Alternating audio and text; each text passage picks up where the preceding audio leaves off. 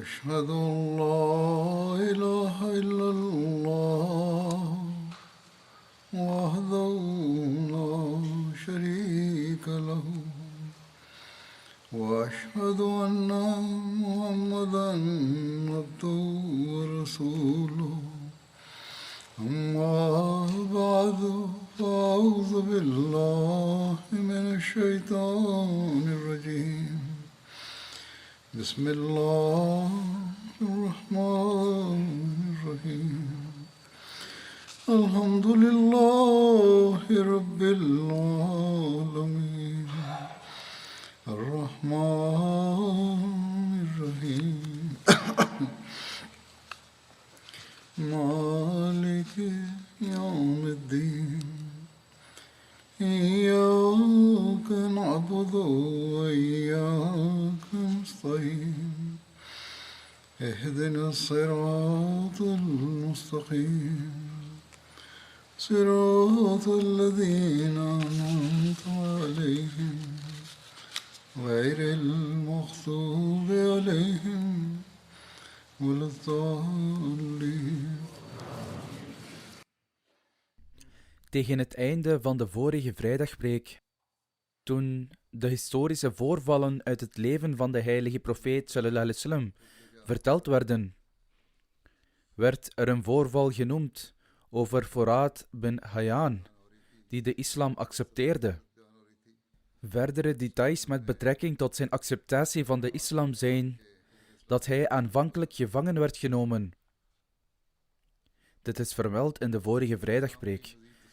Op de dag van de slag bij Badr raakte hij ook gewond.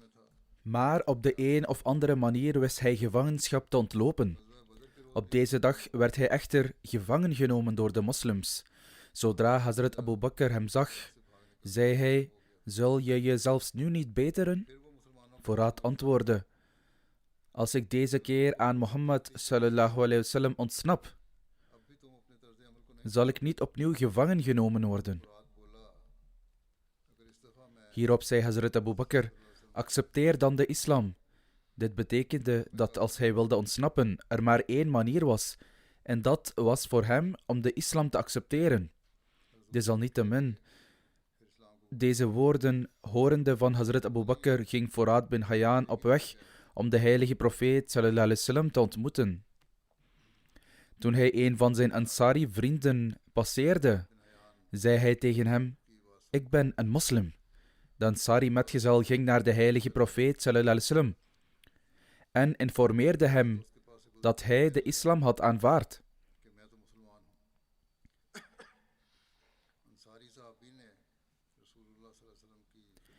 Zijn zaak toevertrouwend aan Allah, zei de heilige profeet sallallahu alaihi wasallam: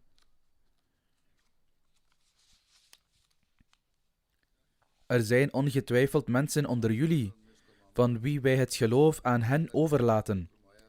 Dat was om te zeggen dat als hij beweert de islam te hebben aanvaard, dan heel goed, maar zijn zaak is tussen hem en Allah. Desalniettemin liet de heilige profeet sallallahu alaihi wasallam hem na dit incident vrij.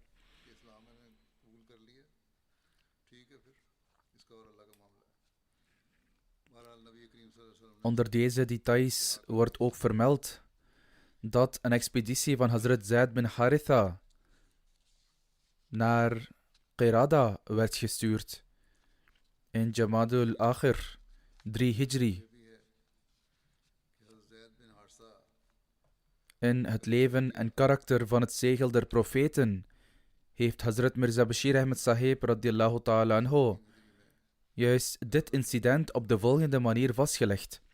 Nadat de moslims enigszins bevrijd waren van de aanvallen van de Banu Sulaim en de Banu Ghatfan, werden ze gedwongen om uit te gaan van hun thuisland om een andere bedreiging neer te slaan. Tot nu toe reisden de Quraysh voor hun handel in het noorden meestal naar Syrië via de kustroute van Hejaz. Deze route hadden ze nu echter verlaten, omdat de stammen in deze regio bondgenoten van de moslims waren geworden. Er was dus nu minder kans voor de Quraysh om onheil te stoken. In deze omstandigheden begonnen zij deze kustroute als een bedreiging voor zichzelf te beschouwen. De dreiging van de moslims was niet de enige reden. Ze waren niet langer in staat om hun plannen tegen de moslims uit te voeren en hen kwaad te berokkenen, omdat deze stammen verdragen met de moslims hadden gesloten. In ieder geval hadden zij nu deze route verlaten en begonnen te reizen vanaf de route van Najd, die naar Irak leidde. De stammen van Sulaim en Ghatfan, die bondgenoten waren van de Quraysh en dodelijke vijanden waren van de moslims, bewoonden de nabijheid van deze regio. Langs de vorige route waren degenen met wie de moslims verdragen hadden gesloten, en langs de route die de Quraysh hadden genomen, waren degenen met wie de Quraysh verdragen hadden gesloten. Op dezelfde manier waren er stammen die dodelijke vijanden van de moslims waren, de stammen van Sulaim en Banu Ghatfan. Daarom ontving de heilige profeet sallallahu alaihi wasallam in de maand Jamadi al-Akhir informatie dat een handelskaravaan van de Quraysh van Mekka over deze route van Najd zou komen. Het is duidelijk dat als de verplaatsing van karavanen van de Quraysh van en naar de kuststreek al een bedreiging vormde voor de moslims, het passeren van de route van Najd net zo gevaarlijk was, liever nog gevaarlijker. De reden hiervoor was dat, in tegenstelling tot de kustroute, deze nieuwe route werd bewoond door bondgenoten van de Quraysh, die net als de Quraysh dorstig waren van het bloed van de moslims. Het was heel gemakkelijk voor de Quraysh om hun krachten te bundelen en 's nachts een plotselinge aanval op Medina uit te voeren, of een andere daad van onheil. Dan om de Quraysh te verzwakken en hen onder druk te zetten, zodat zij geneigd zouden zijn om verzoening te zoeken, was het noodzakelijk om hun karavanen ook op deze route te onderscheppen. Daarom zond de heilige profeet sallallahu alaihi wasallam, zodra hij het te horen kreeg, een detachement van zijn metgezellen onder leiding van zijn vrijgelaten slaaf Zaid bin Haritha.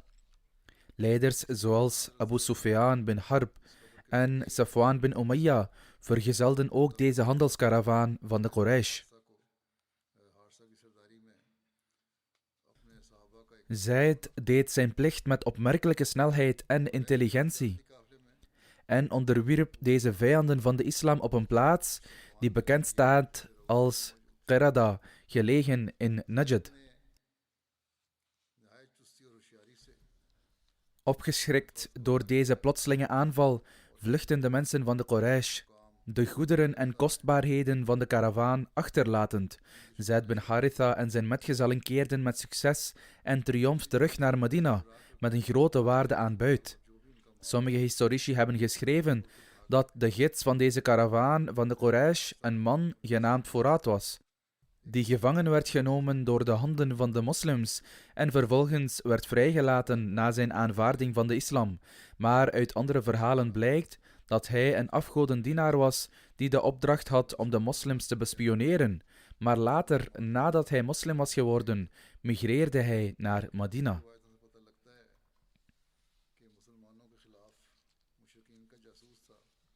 Een ander incident rond dezelfde tijd was het doden van Ka'b bin Ashraf. Ka'b bin Ashraf behoorde tot de leiders van Medina en was opgenomen in het verdrag van de heilige profeet sallallahu alaihi wasallam. Echter, nadat hij had ingestemd met het verdrag, probeerde hij wanorde te zaaien en de heilige profeet sallallahu alaihi wasallam beval om hem ter dood te veroordelen. De details van dit incident zijn als volgt vermeld in Sahih al-Bukhari. Hazrat Jabir bin Abdullah radiyallahu anhuma verhaalt dat de heilige profeet sallallahu alaihi wasallam zei: wie is bereid om te handelen met Ka'b bin Ashraf, die Allah en zijn boodschapper heeft gekwetst? Daarop stond Mohammed bin Maslama op en zei: o boodschapper van Allah sallallahu alaihi wasallam, wilt u dat ik hem dood?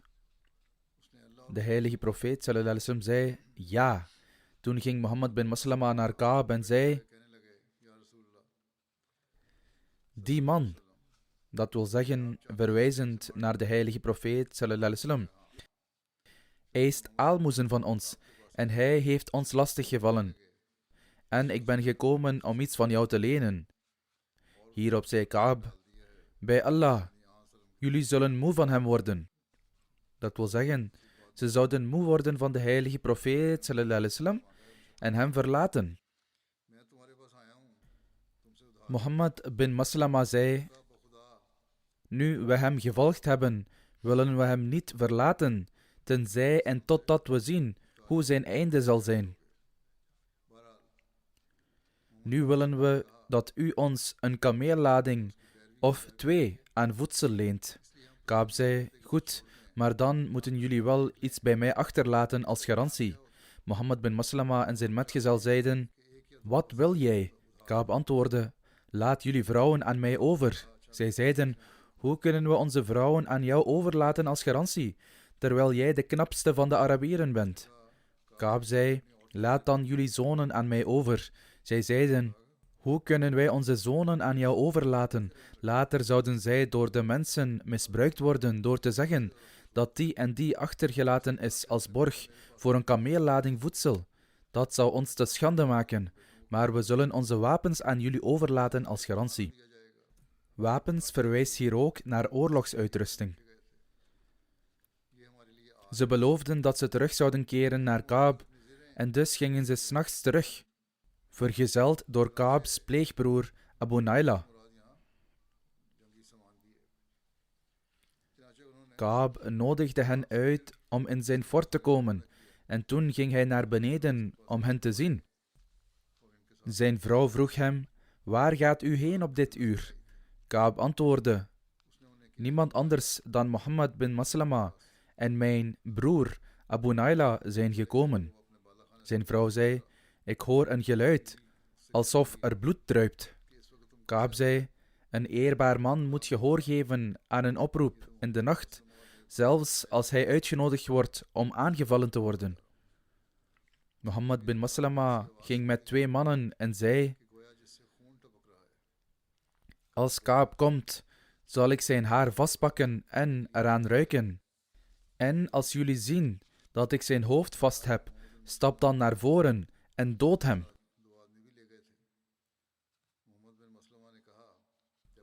Kaab kwam naar hen toe, gewikkeld in zijn mantel, die rook naar parfum. Mohammed bin Maslama zei: ik heb nog nooit een betere geur geroken dan deze. Dat wil zeggen, de geur was uitstekend. Kaab antwoordde: ik heb de beste Arabische vrouwen, die het meest geurig en mooi zijn. Mohammed bin Maslama vroeg: wil je mij toestaan aan je hoofd te ruiken? Kaab zei: ja. Hij rook eraan en liet zijn metgezellen er ook aan ruiken. Toen vroeg hij: wilt u mij toestaan om nogmaals aan uw hoofd te ruiken? Kaab zei: ja. Toen Mohammed hem stevig in zijn greep had, zei hij tegen zijn metgezellen: grijp hem. Dus doodden zij hem en gingen naar de heilige profeet sallallahu alaihi wasallam en informeerden hem. Verdere details over de verwonding van Kaab, zoals vermeld in het commentaar van Sahih al-Bukhari, Shara Umdatul Qari, zijn dat toen Mohammed bin Maslama en zijn kameraden Kaab bin Ashraf aanvielen en hem doden. Een van de kameraden, Hazrat Harith bin Auf, werd getroffen door de punt van het zwaard en zo gewond raakte. Hij werd gewond door de punt van het zwaard van een van zijn kameraden. Zijn kameraden tilden hem op en snelden naar Medina, waar ze zich voor de heilige profeet sallallahu alaihi wasallam presenteerden. De heilige profeet sallallahu alaihi wasallam wreef zijn speeksel op de wond van Hazrat Harith bin Auf, waarna hij geen ongemak ondervond. Het doden van Kaab bin Ashraf is als volgt vermeld in het leven en karakter van het zegel der profeten. Ik zal het hier kort vermelden. De slag van Badr bracht de oprechte vijandschap van de Joden van Medina naar voren, en zelfs de ballingschap van de Banu Qainqa was niet in staat om de andere Joden tot verzoening te bewegen, en zij bleven groeien in hun onheil en verstoringen. Als zodanig is het incident van de executie van Kaab bin Ashraf ook een schakel in deze keten. Hoewel Kaab een Jood was van godsdienst, was hij niet echt Joods van afkomst. Hij was eerder een Arabier. Zijn vader Ashraf was een zeer slimme en sluwe man van de Banu Nibaan, die naar Medina kwam en relaties ontwikkelde met de Banu Nazir en hun bondgenoot werd. Uiteindelijk wist hij zoveel macht en invloed te verwerven, dat Abu Rafi bin Abul Haqiq, opperhoofd van de Banu Nazir-stam, hem zijn dochter ten huwelijk gaf.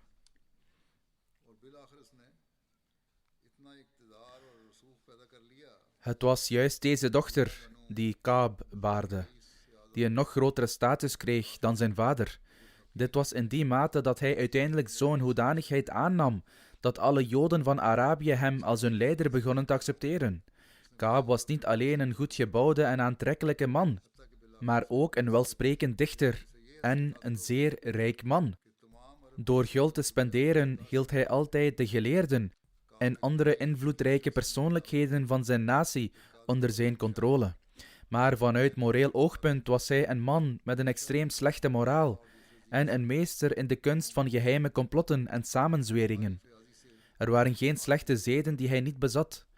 Toen de heilige profeet sallallahu alaihi wasallam migreerde naar Medina, samen met de andere Joden, nam Ka'b bin Ashraf ook deel aan het verdrag dat de heilige profeet sallallahu alaihi wasallam opstelde tussen de Joden, met betrekking tot wederzijdse vriendschap, vrede en veiligheid en collectieve verdediging. Hij nam uiterlijk deel aan deze eed. Echter, diep van binnen begon het vuur van kwaadaardigheid en vijandigheid te branden in het hart van Ka'b, en hij begon zich te verzetten tegen de islam en de stichter van de islam door middel van geheime plannen en samenzweringen. Als zodanig staat er opgetekend dat Ka'b elk jaar een grote som aalmoezen gaf aan Joodse geleerden en religieuze leiders. Echter, na de migratie van de heilige profeet sallallahu alaihi wasallam, toen deze mensen hun jaarlijkse toelagen kwamen innen, begon hij in de loop van de discussie de heilige profeet sallallahu alaihi wasallam te noemen en vroeg hen naar hun mening over de heilige profeet sallallahu alaihi wasallam in het licht van de religieuze geschriften. Zij antwoordden dat het blijkbaar leek alsof hij dezelfde profeet was die was beloofd in de Torah. Ka'b was zeer ontstemd over dit antwoord en stuurde hen weg, verwijzend naar hen als immens lui, en gaf hen niet hun gebruikelijke aalmoezen. Toen de Joodse geleerden hun brood en boter verloren, na enige tijd kwamen ze terug naar Ka'b en zeiden dat ze de tekenen verkeerd hadden geïnterpreteerd en dat ze opnieuw hadden nagedacht om te ontdekken dat in werkelijkheid Mohammed sallallahu alaihi wasallam niet die profeet was die was beloofd aan hen. Dit antwoord diende het doel van Ka'b en tevreden met hun antwoord herstelde hij hun jaarlijkse toelage.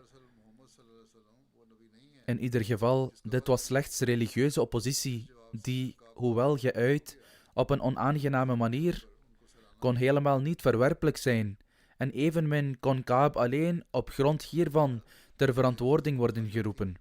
Echter, hierna nam de oppositie van Ka'b een gevaarlijke vorm aan en uiteindelijk na de slag bij Badr begon hij zich te bedienen van dergelijk gedrag dat uiterst ondeugend en opruiend was en zeer gevaarlijke omstandigheden creëerde voor de moslims in Medina. Voorafgaand aan de slag bij Badr dacht Ka'b dat deze religieuze ijver van tijdelijke aard was en dat al deze mensen zich geleidelijk zouden verspreiden en terug zouden keren naar hun voorouderlijke religie. Maar ter gelegenheid van Badr, toen de moslims een buitengewone overwinning behaalden en de meeste leiders van de Quraysh werden gedood, begreep hij dat deze nieuwe religie niet vanzelf zou uitsterven.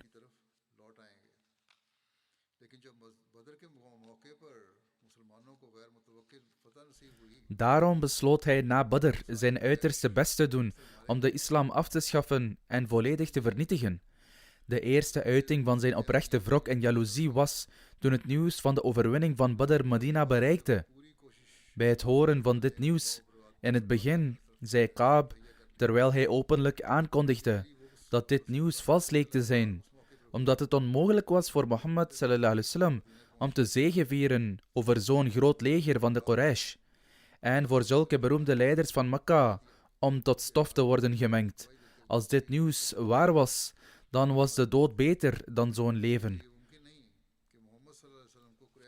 Toen dit nieuws bevestigd was en Ka'b ervan verzekerd was dat de overwinning bij Badr de islam een kracht had gegeven die zijn stoutste dromen te boven ging, werd hij overmand door woede en razernij.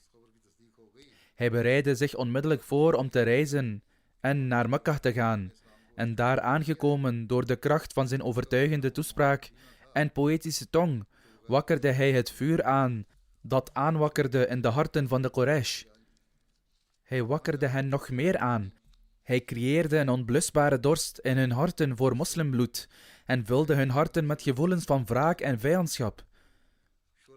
Toen hun emoties enorm aangewakkerd waren als gevolg van zijn ophitsing, nam Kaab hen mee naar de binnenplaats van de Kaaba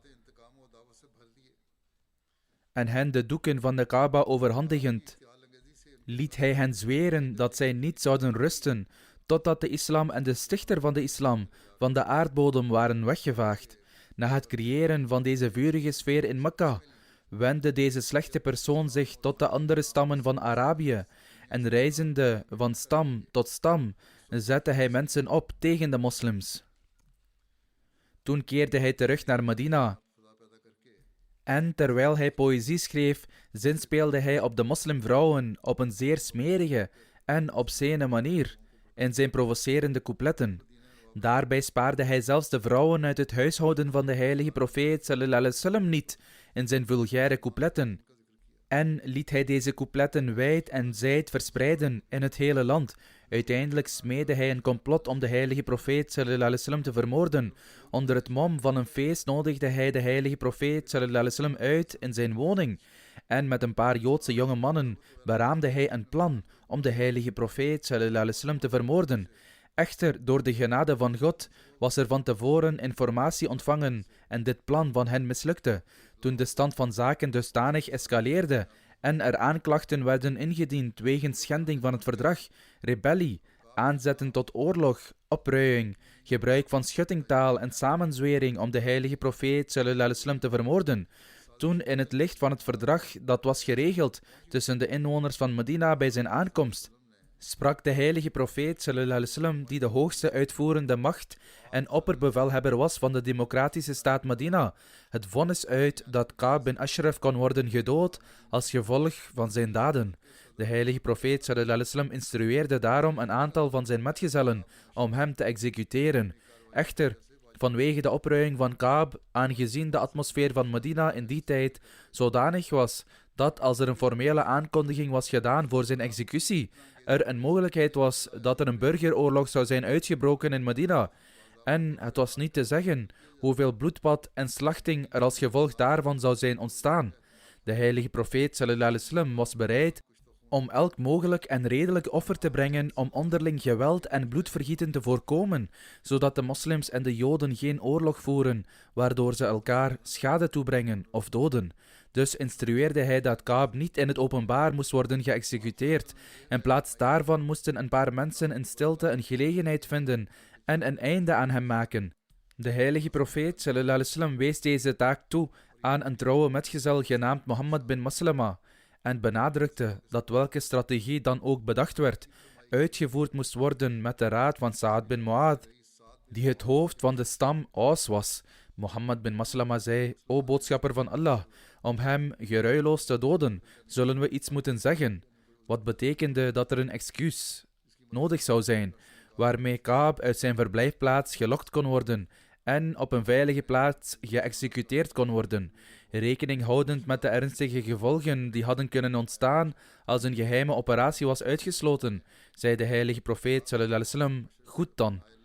Zodoende, met de raad van Sa'ad bin Mu'adh, nam Mohammed bin Maslama, Abu Naila en 2 of 3 andere metgezellen mee en bereikten de woning van Kaab. Ze riepen Kaab uit zijn woonvertrek en zeiden: onze leider, namelijk Mohammed sallallahu alaihi wasallam, eist aalmoezen van ons, terwijl we in benarde omstandigheden verkeren. Zou je zo vriendelijk willen zijn om ons een lening te geven? Kaab sprong op van vreugde en zei: bij God, dit is niets. De dag is niet veraf dat jullie afkerig van hem zullen worden en hem in de steek zullen laten. Mohammed bin Maslama antwoordde: in ieder geval, we hebben Mohammed sallallahu alaihi wasallam al geaccepteerd en wachten nu op de uiteindelijke uitkomst van deze beweging. Maar vertel ons of je ons een lening zult geven of niet. Natuurlijk, zei Kaab, maar jullie zullen wel wat onderpand moeten storten. In eerste instantie vroeg hij om hun vrouwen, daarna om hun kinderen, zoals ik zojuist heb vermeld uit de overleveringen van Sahih al-Bukhari. Uiteindelijk was hij blij om genoeg te nemen met hun wapens als onderpand. Mohammed bin Maslama en zijn metgezellen vertrokken met de belofte om 's nachts terug te keren. Bij het vallen van de avond kwam deze groep aan bij de woning van Kaab met hun wapens. Toen zij Kaab uit zijn huis hadden geleid, brachten zij hem aan de kant tijdens discussies. Na enige tijd, lopend, namen zij hem gevangen. En de metgezellen, die al voorbereid en bewapend waren, hanteerden meteen hun zwaarden. Uiteindelijk werd Kaab gedood en viel hij op de grond. Mohammed bin Maslama en zijn metgezellen vertrokken vandaar en kwamen snel aan bij de heilige profeet sallallahu alaihi wasallam en brachten hem het nieuws van zijn executie.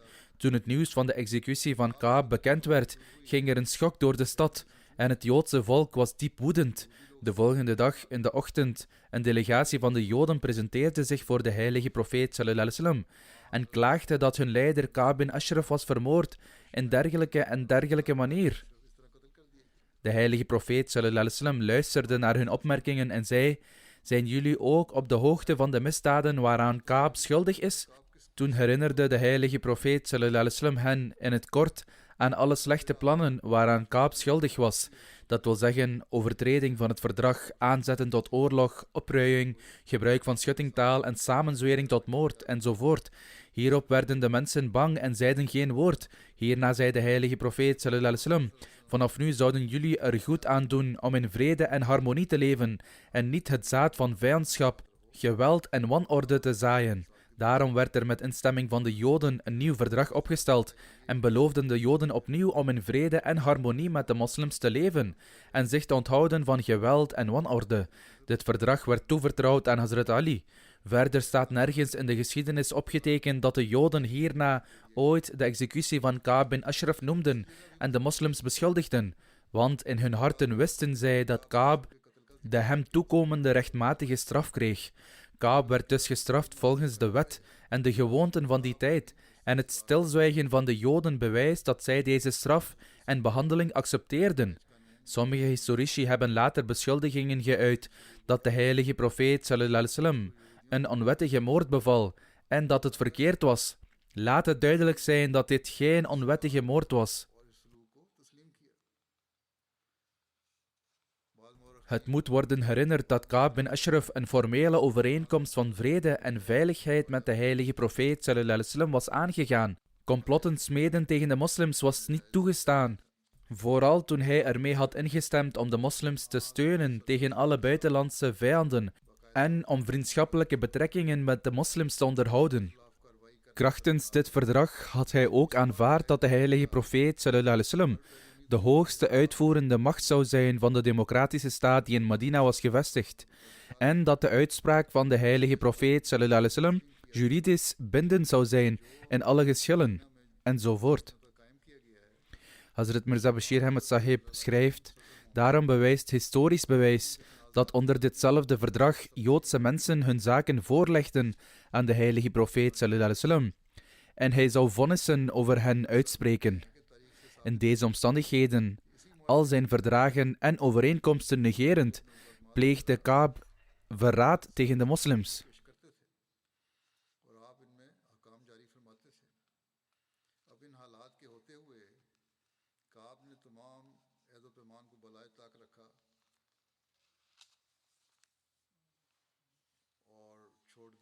In feite tegen de regering van die tijd. Het was niet zo dat hij de moslims verraadde, maar hij rebelleerde tegen de regering, omdat de heilige profeet sallallahu alaihi wasallam de leider van Medina was. Hij plantte het zaad van geweld en wanorde in Medina. Hij probeerde een oorlogsvuur in het land aan te wakkeren en zette de stammen van Arabië gevaarlijk op tegen de moslims en spande samen om de heilige profeet sallallahu alaihi wasallam te vermoorden. Bovendien werd dit alles gedaan in een tijd waarin de moslims al omringd waren door moeilijkheden uit alle 4 richtingen. Hij creëerde extreem moeilijke omstandigheden voor hen. Onder deze omstandigheden rechtvaardigde de misdaad van Kaab niet enige vorm van bestraffing. Dus werden dergelijke stappen ondernomen, zelfs vandaag de dag in landen die bekend staan als beschaafd. Wanneer een crimineel schuldig is aan de misdaden van rebellie, schending van het verdrag, het aanzetten tot oorlog en poging tot moord, Krijgt zo iemand dan niet de doodstraf? Hoe kan dit dan verwerpelijk zijn? Wat er tegenwoordig in Palestina en Israël gebeurt, is in feite op veel grotere schaal.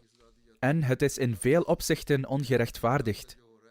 De tweede vraag heeft betrekking op de methode van deze executie. En waarom hij in het geheim in de nacht werd gedood. Met betrekking tot deze kwestie moeten we niet vergeten dat er in die tijd geen formele heersende macht in Arabië was. Er werd inderdaad een leider gekozen, maar het was niet zijn oordeel alleen. Maar elk individu en elke stam was vrij en onafhankelijk om beslissingen te nemen. Als er collectieve beslissingen genomen moesten worden, werden die genomen door de heilige profeet sallallahu alaihi wasallam. Maar als er afzonderlijke beslissingen genomen moesten worden, konden de stammen die zelf afhandelen. In deze staat, welke rechtbank bestond er waar een zaak tegen Kaab kon worden ingediend? En een formeel vonnis voor zijn executie kon worden gevraagd? Moest er een klacht worden ingediend bij de Joden, van wie hij een leider was, en die zelf al verraad tegen de moslims hadden gepleegd, en om de andere dag voor wanorde zouden zorgen? Daarom was het uitgesloten dat deze zaak bij de Joden zou worden neergelegd. Moest er recht worden gedaan aan de stammen van Sulaim en Ghatfan, die van plan waren om 's nachts 3 of 4 keer een plotselinge aanval op Medina uit te voeren, alleen al in de laatste paar maanden.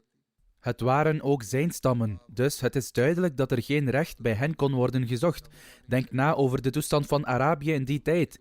En bedenk dan dat wanneer een persoon schuldig was aan provocatie, het aanzetten tot oorlog, ondeugend gedrag en poging tot moord, en als gevolg hiervan zijn in leven blijven werd gezien als een bedreiging voor hun eigen veiligheid en de veiligheid van het land, welk ander alternatief was er dan beschikbaar voor de moslims, behalve het executeren van zo'n persoon?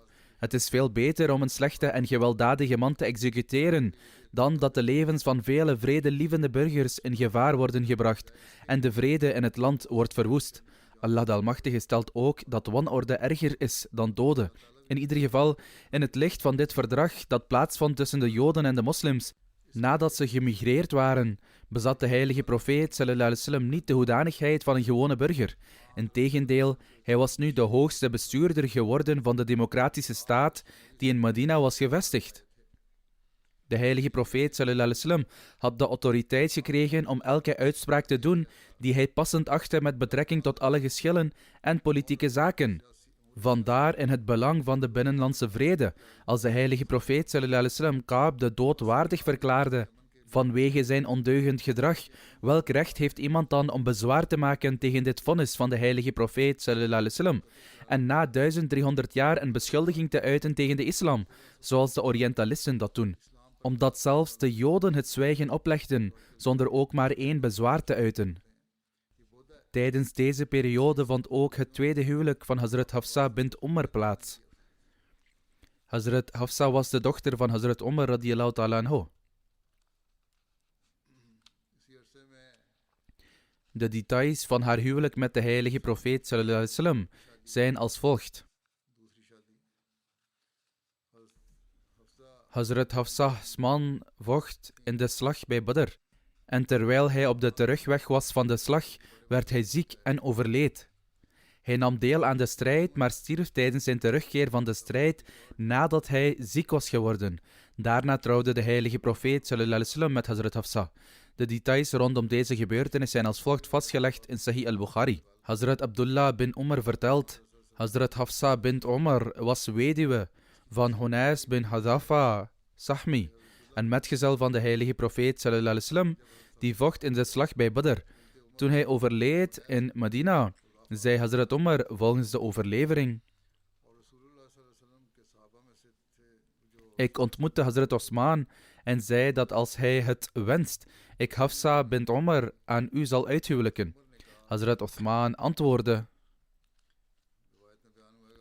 ik zal erover nadenken.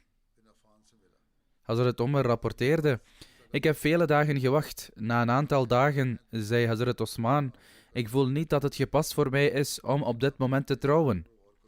Hazrat Umar rapporteert: ik ontmoette toen Hazrat Abu Bakr en zei dat als hij het zou willen, ik Hafsa bint Umar aan hem zou uithuwelijken.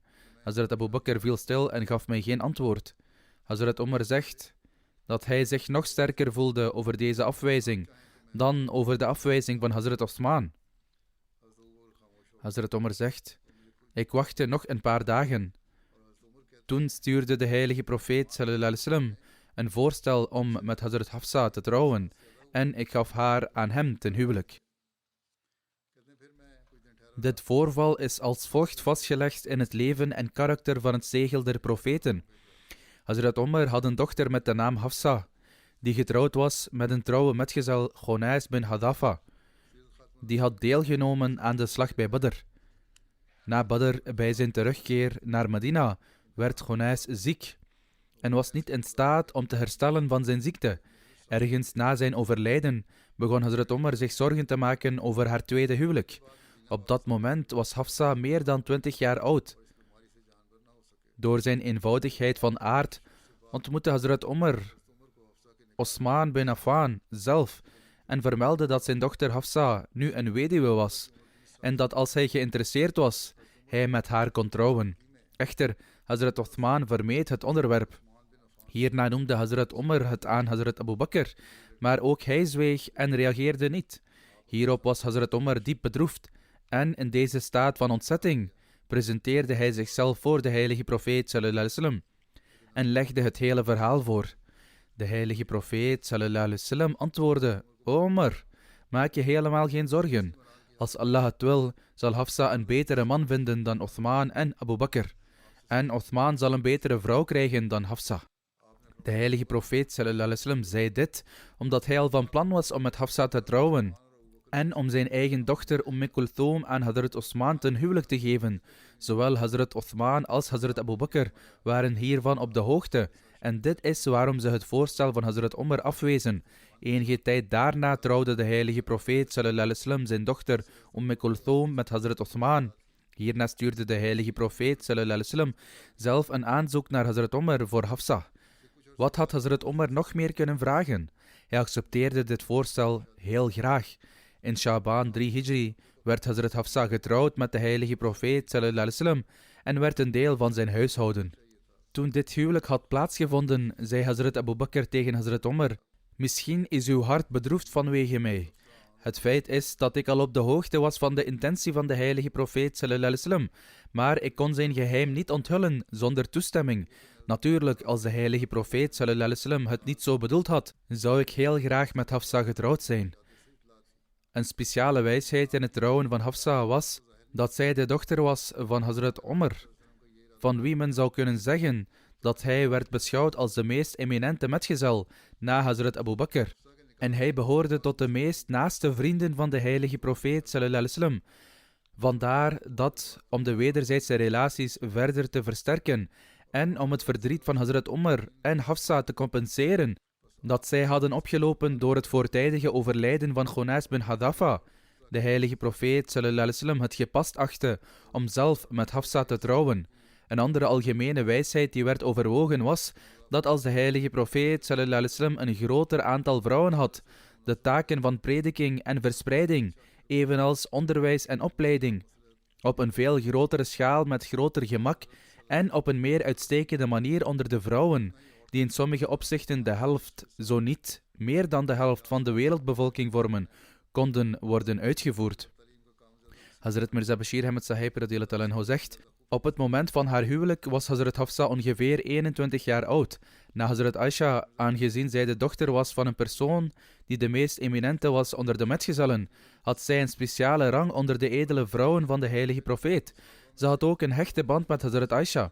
En behalve af en toe een meningsverschil, wat niet ongewoon is in zulke relaties, leefden ze beiden zeer liefdevol samen. Hazrat Hafsa kon lezen en schrijven.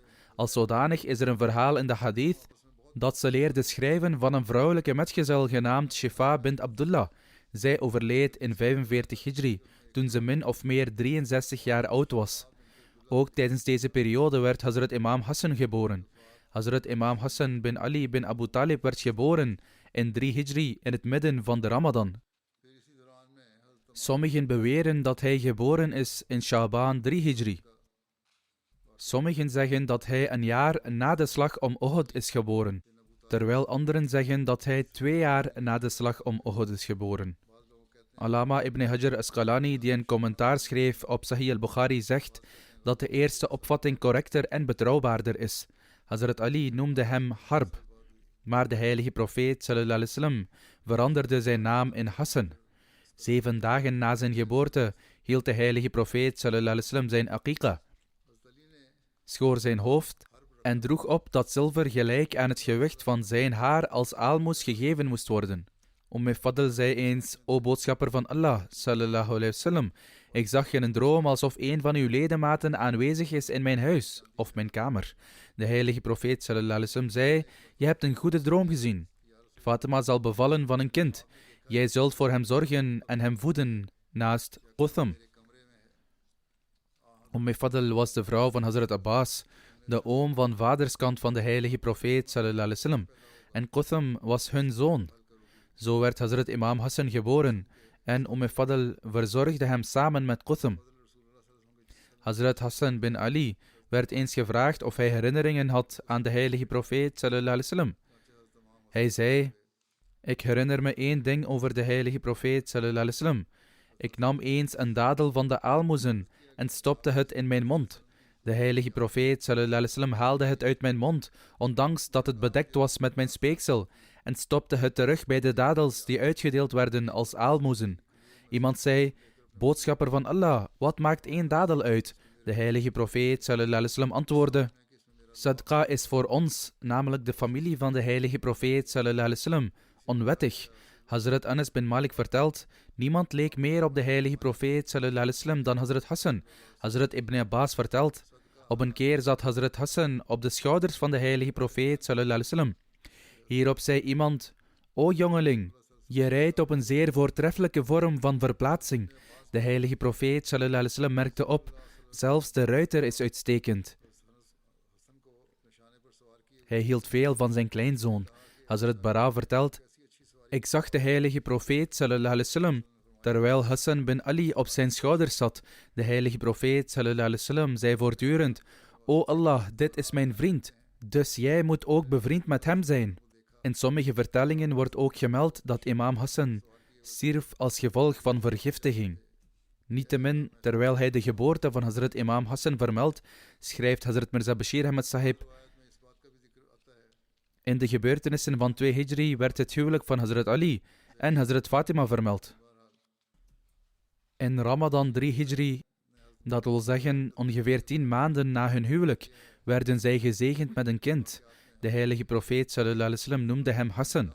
Dit is dezelfde Hassan die de bijnaam Imam Hassan, mogen de genade van God over hem zijn, kreeg onder de moslims. In zijn fysieke verschijning leek Hassan sterk op de heilige profeet sallallahu alaihi wasallam, net zoals de heilige profeet sallallahu alaihi wasallam zielsveel van zijn kind Hazrat Fatima hield, had hij op dezelfde manier ook speciale liefde voor haar kinderen. Bij vele gelegenheden zei de heilige profeet sallallahu alaihi wasallam: o God, ik hou van deze kinderen. Houd ook van hen en houd van hen die van hen houden. Vaak gebeurde het dat de heilige profeet sallallahu alaihi wasallam bezig was met salat, namelijk het gebed, en Hassan zich vastklampte aan de heilige profeet sallallahu alaihi wasallam. Wanneer de heilige profeet sallallahu alaihi wasallam in ruku zou zijn, zou Hassan plaatsmaken en door zijn benen glijden. Soms, wanneer de metgezellen hem hiervan zouden weerhouden, zou de heilige profeet sallallahu alaihi wasallam de metgezellen tegenhouden en zeggen: laat hem. In werkelijkheid, omdat zijn vastklampen aan de heilige profeet sallallahu alaihi wasallam zijn aandacht niet kon afleiden, wilde de heilige profeet sallallahu alaihi wasallam geen belemmering worden in de kinderlijke uiting van zijn onschuldige liefde. Bij een gelegenheid met betrekking tot imam Hassan zei de heilige profeet sallallahu alaihi wasallam: dit kind van mij is een sayyid, dat wil zeggen een leider, en er zal een tijd komen dat God door hem 2 partijen onder de moslims zal verzoenen. Zodoende werd deze profetie op het juiste moment vervuld. De beloofde Messias salam verklaart: naar mijn mening deed Hazrat Hassan een bewonderenswaardige daad door afscheid te nemen van het kalifaat. Duizenden levens waren al verloren gegaan en hij wilde niet dat er nog meer bloed vergoten zou worden. Dus stond hij Muawiyah toe om het over te nemen. Met andere woorden, hij sloot een verbond met hem. Omdat deze actie van Hazrat Hassan invloed heeft op Shia's, zijn ze niet helemaal blij met hem. Wij echter prijzen hen beiden, dat wil zeggen Hassan en Hussein.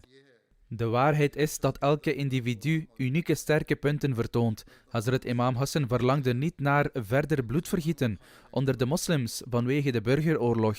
Hij hield de vestiging van vrede in gedachten, terwijl Hazrat Imam Hussein er tegen was om trouw te zweren aan iemand die een zondaar en overtreder was, omdat dit corruptie in het geloof zou toelaten. Beiden, Hassan en Hussein, hadden zuivere bedoelingen. Innamal a'malu binniyat. Dit was het voorval van deze edele kinderen. Ik heb iedereen eraan herinnerd om te bidden voor het volk van Palestina. En ik wil dat vandaag opnieuw doen. Iedereen moet blijven bidden. De wreedheden gaan nu alle perken te buiten. In naam van de strijd tegen Hamas worden onschuldige kinderen, vrouwen, ouderen en zieken gedood. Deze zogenaamde beschaafde wereld heeft alle regels en principes van oorlog losgelaten. Mogen Allah de Almachtige de moslimlanden wijsheid schenken. Ongeveer 72 of 73 jaar geleden vermaande Hazrat Muslih Maud radiyallahu ta'ala anhu dat moslims zich moeten verenigen. Ze moeten beslissen of zij één voor één en individueel willen afsterven, als ze er niet in slagen zich te verenigen, of dat ze hun bestaan als één enkele entiteit willen behouden.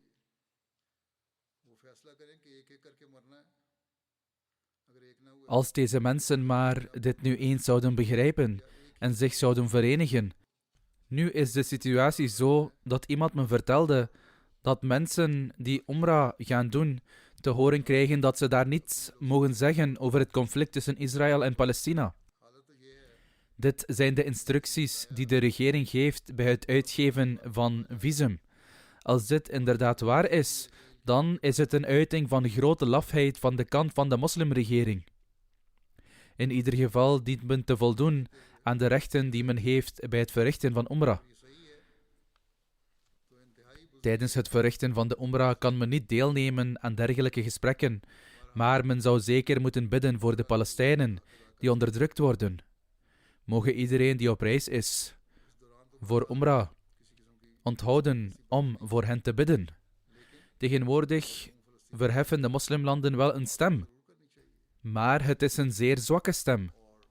Sommigen hebben hun stem verheven, maar niet-moslims en hun politici en de regeringen hebben sterkere stemmen verheven. Mogen Allah de Almachtige moed en wijsheid ontwikkelen onder de moslims. De secretaris-generaal van de VN heeft zeer goed gesproken. En hij spreekt deze dagen vooral goed, maar het lijkt alsof er geen belang wordt gehecht aan zijn stem. Het lijkt erop dat wanneer deze oorlog eindigt, of als het escaleert en verandert in een wereldoorlog, zelfs de VN niet zal blijven. Mogen Allah de wereld wijsheid schenken. Het lijkt erop dat de wereld haar vernietiging inluidt.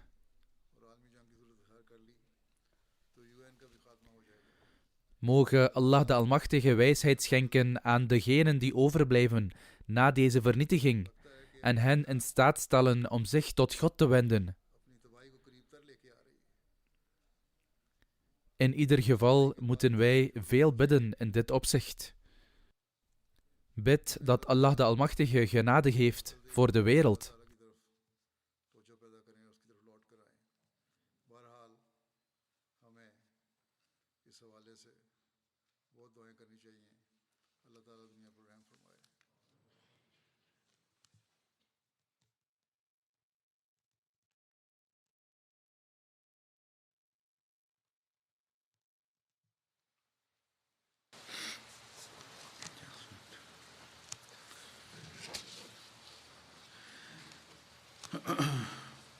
Alhamdulillah,